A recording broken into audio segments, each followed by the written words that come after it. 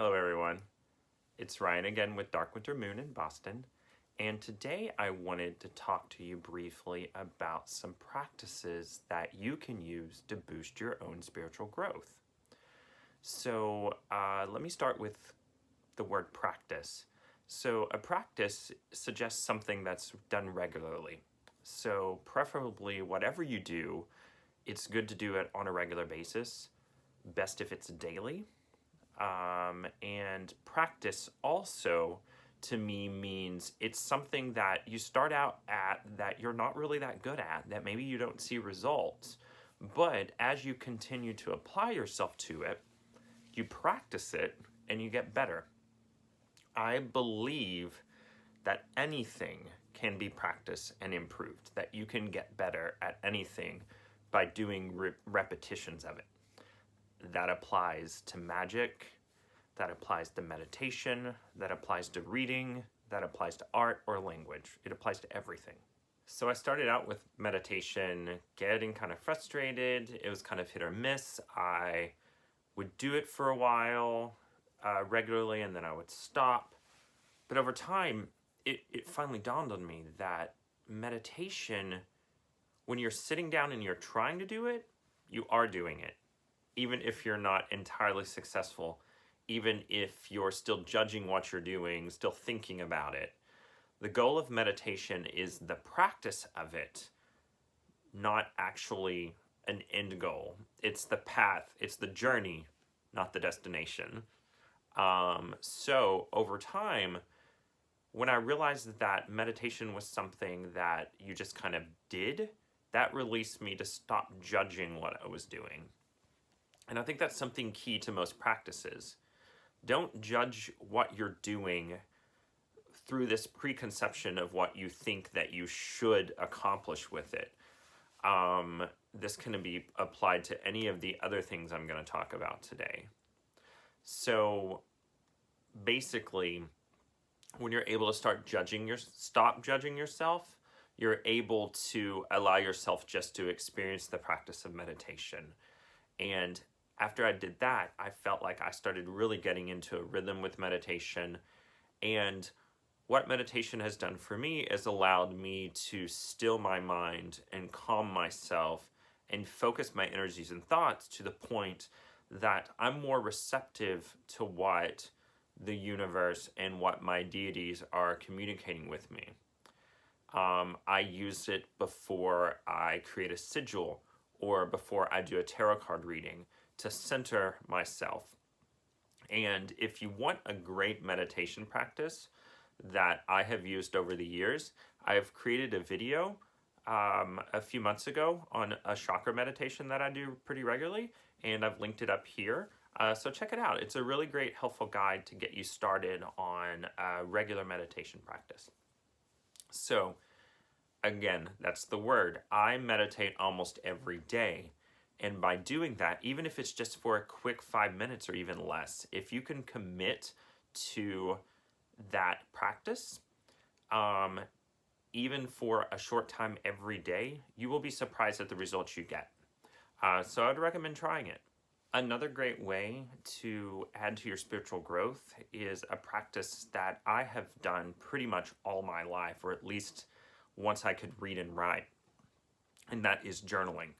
So the reason why journaling I feel like is so helpful and effective is it's a way to give you an unbiased outlet for your thoughts, feelings, and emotions. I don't know if everyone else is the same, but for me, I tend to be very self-critical about what I'm saying and thinking. And so when I write, I don't have to put that filter in. I can literally say what I feel and what I mean and get it out. And the interesting thing about that, though, is it hasn't always been that way.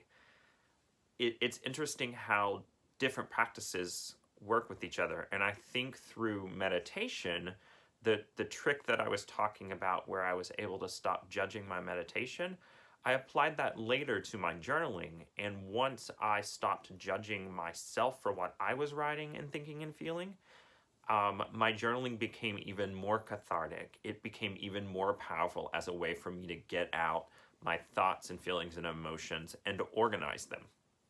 So journaling is something that I know not everyone is great at. Not everyone finds it easy to write. And so again, I would go back to doing a practice. Set aside 5, 10, 15 minutes each day to just write out your thoughts and feelings without judgment, and you would be surprised how much better you'll feel. The interesting thing that I find about it too is that when I get in the zone with writing, it feels very much like I am meditating as well.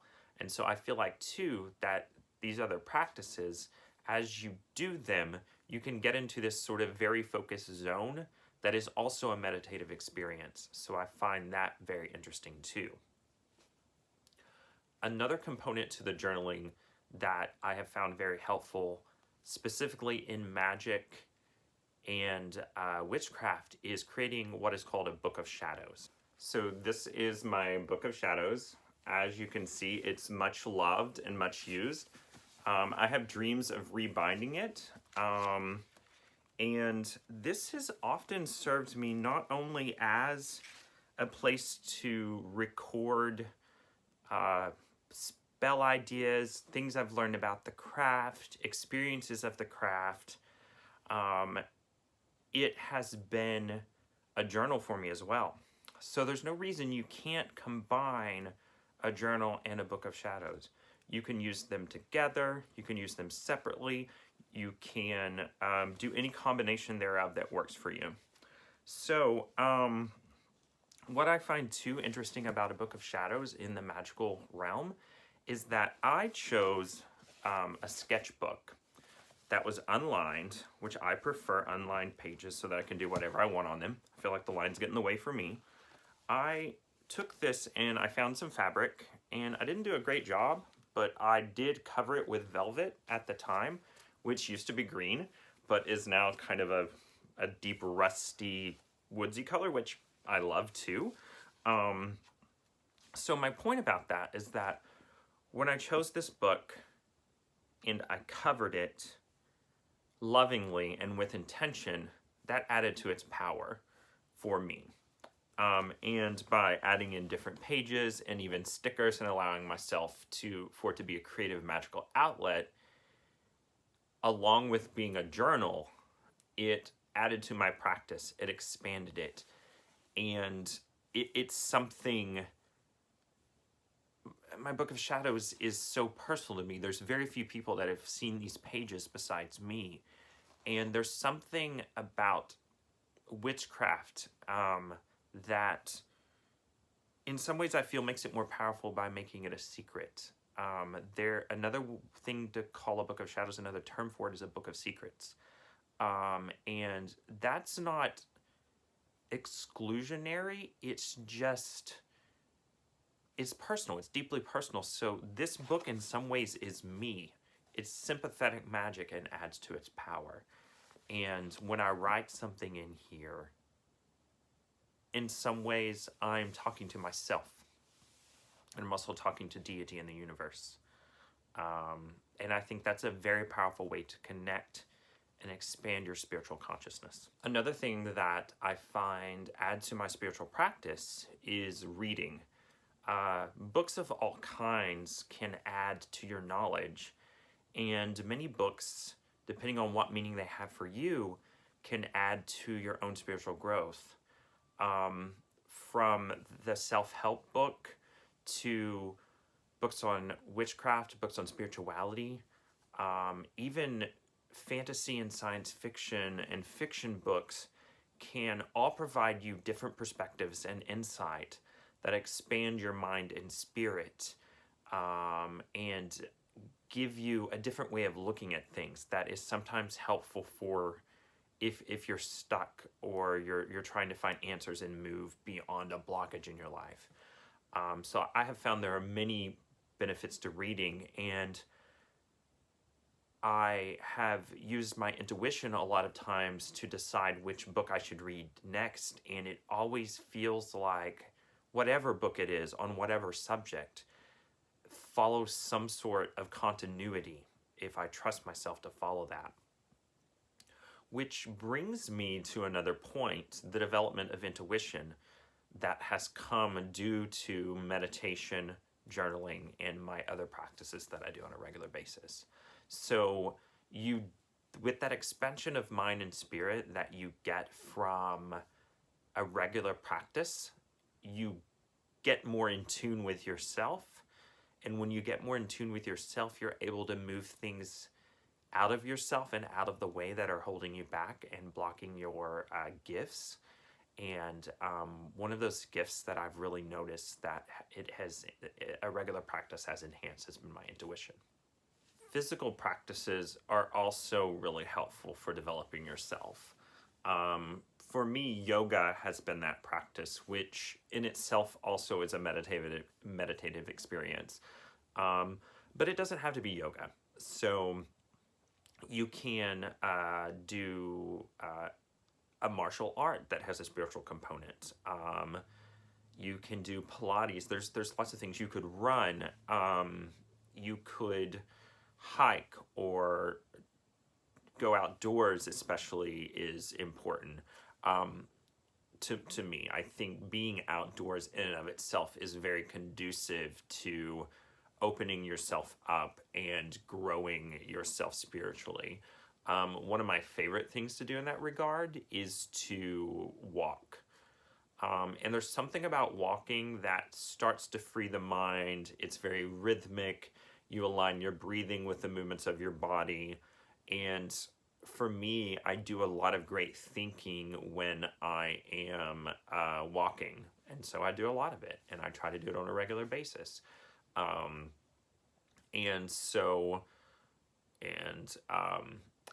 In that regard, speaking of being outside, one thing that I also find very expansive and growthful is going outside, getting away from the city at night and taking a look at the night sky and just spending some time in the presence of the heavens, away from city lights and away from other distractions like your cell phone or other technology.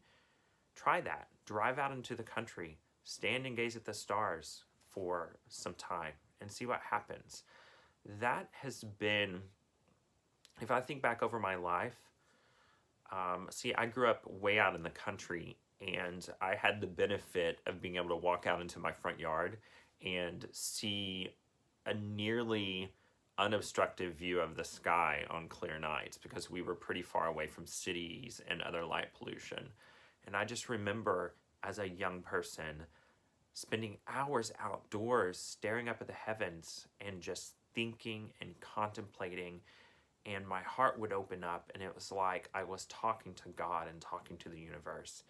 And that was one of the experiences, one of the practices that allowed me to realize that Christianity didn't really have much meaning to me, that I would feel so much more power, presence, and connection with the divine standing outside at night, looking up at the sky and communing than I ever did in a church. And that forced me eventually to reassess my life and set me on a path of self-discovery and growth. So yeah, try that. Try getting out, away from the city, away from lights, at night, away from distractions, and just staring at the heavens and allowing yourself to be present in that.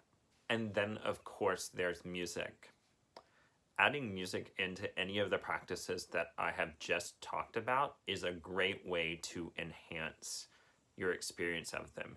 It's a great way to kind of transport you out of your own head and out of your own body and allow you to have more of an experiential experience of your path. One interesting thing that I've found about music is that it also enhances group ritual experiences. So performing music together or experiencing it together as a group in ritual space further connects you together and allows you to experience the magic together and enhances the magic.